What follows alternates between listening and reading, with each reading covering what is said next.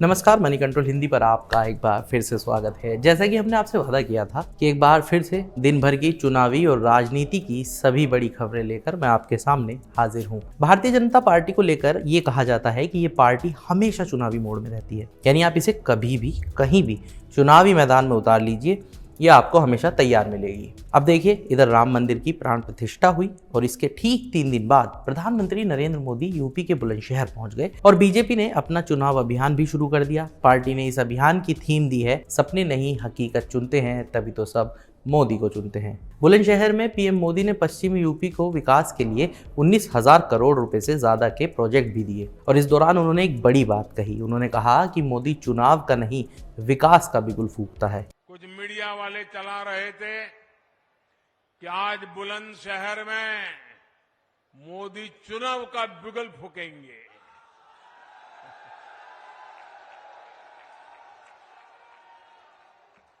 मोदी तो विकास का बिगुल फूंकता रहता है।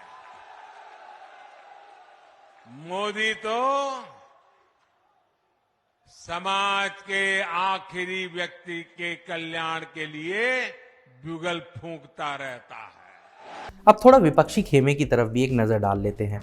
उनकी स्थिति इस वक्त कुछ ऐसी है कि ना नोमन तेल होगा और ना राधा नाचेगी। आप एक तरफ तो बीजेपी और मोदी को टक्कर देने की बात करते हैं, लेकिन जनवरी खत्म होने में अब सिर्फ 4 दिन बाकी है और इंडिया गठबंधन के भीतर सीट शेयरिंग तो दूर की बात है, आपसी साथी ही अब अलग होते दिख रहे हैं। अगर ऐसे ही हालात रहे तो विपक्ष की हालत वो ना हो जाए कि सांप तो निकल गया, अब लकीर पीटने से क्या फायदा, यानी समय निकल गया और आप बस सीट शेयरिंग और आपसी उठापटक में ही उलझे रह जाएं। क्या आपका भी ऐसा ही मानना है? तो हमें कमेंट बॉक्स में अपनी राय जरूर बताएं। खैर, अब आगे बढ़ते हैं। पश्चिम बंगाल और पंजाब में झटके के बाद ऐसा लगता है कि विपक्ष के गठबंधन को अगला धक्का बिहार से लगेगा। जी हाँ, बीजेपी के नेता सुशील मोदी ने एक ऐसे संकेत दिया जिससे ये अटकलें और भी तेज हो गई कि नीतीश कुमार एक बार फिर से भाई बीजेपी के खेमे में जा सकते हैं, वो एक बार फिर से पलटी मार सकते हैं। सुशील मोदी ने कहा कि अगर केंद्रीय नेतृत्व नीतीश कुमार के साथ जाने का फैसला करता है तो बीजेपी की राज्य इकाई को कोई समस्या नहीं होगी। इस बीच सुशील मोदी समेत बिहार बीजेपी के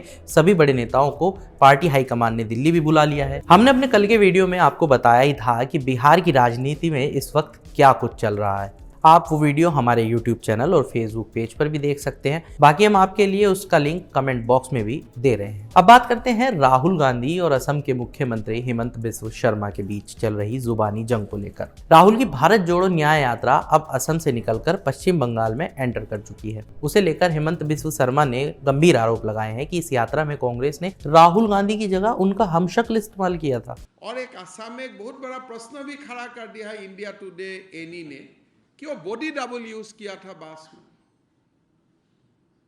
मतलब बास का सामने जो राहुल गांधी को दिखाई देते हैं वो राहुल नहीं होता है। राहुल अंदर में 8 लोगों को बैठने का एक उनका कमरा है, वो कमरा में बैठता है। बाहर ही use a body double. That is the question a channel has post India Today any, is Rahul Gandhi body double part of Bharat Jodo Yatra. आप देखो, ये सामने जो लोग बैठा है उसको राहुल गांधी नहीं लगते, दूर से राहुल गांधी लगते हैं। साथ ही उन्होंने ये भी आरोप लगाया कि इस यात्रा के जरिए कांग्रेस राज्य में सांप्रदायिक दंगे भड़काना चाहती थी। सुनिए उन्होंने क्या कहा। और यात्रा का समय देखिए, असम में एक बहुत बड़ा कम्युनल क्लैश खड़ा करने के लिए उन्होंने षड्यंत्र रचा था। गुवाहाटी में तो उनका एक झलक हमें देखने के लिए मिला, लेकिन उनका बहुत बड़ा कॉन्स्पिरेसी था कि राम मंदिर का प्राण प्रतिष्ठा का समय में असम से गुजरे और असम में बहुत बड़ा क्लैश हो जाए। लेकिन हमारा पार्टी का लोग या जो भी राम भक्त लोग सब ने काफी अपने आप को रेस्ट्रेन किया और असम में गड़बड़ी होने नहीं दिया।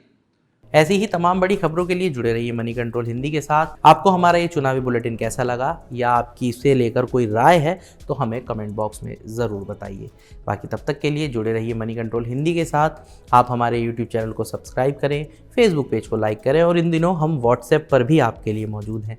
आप हमारे WhatsApp चैनल को भी ज्वाइन कर सकते हैं। धन्यवाद।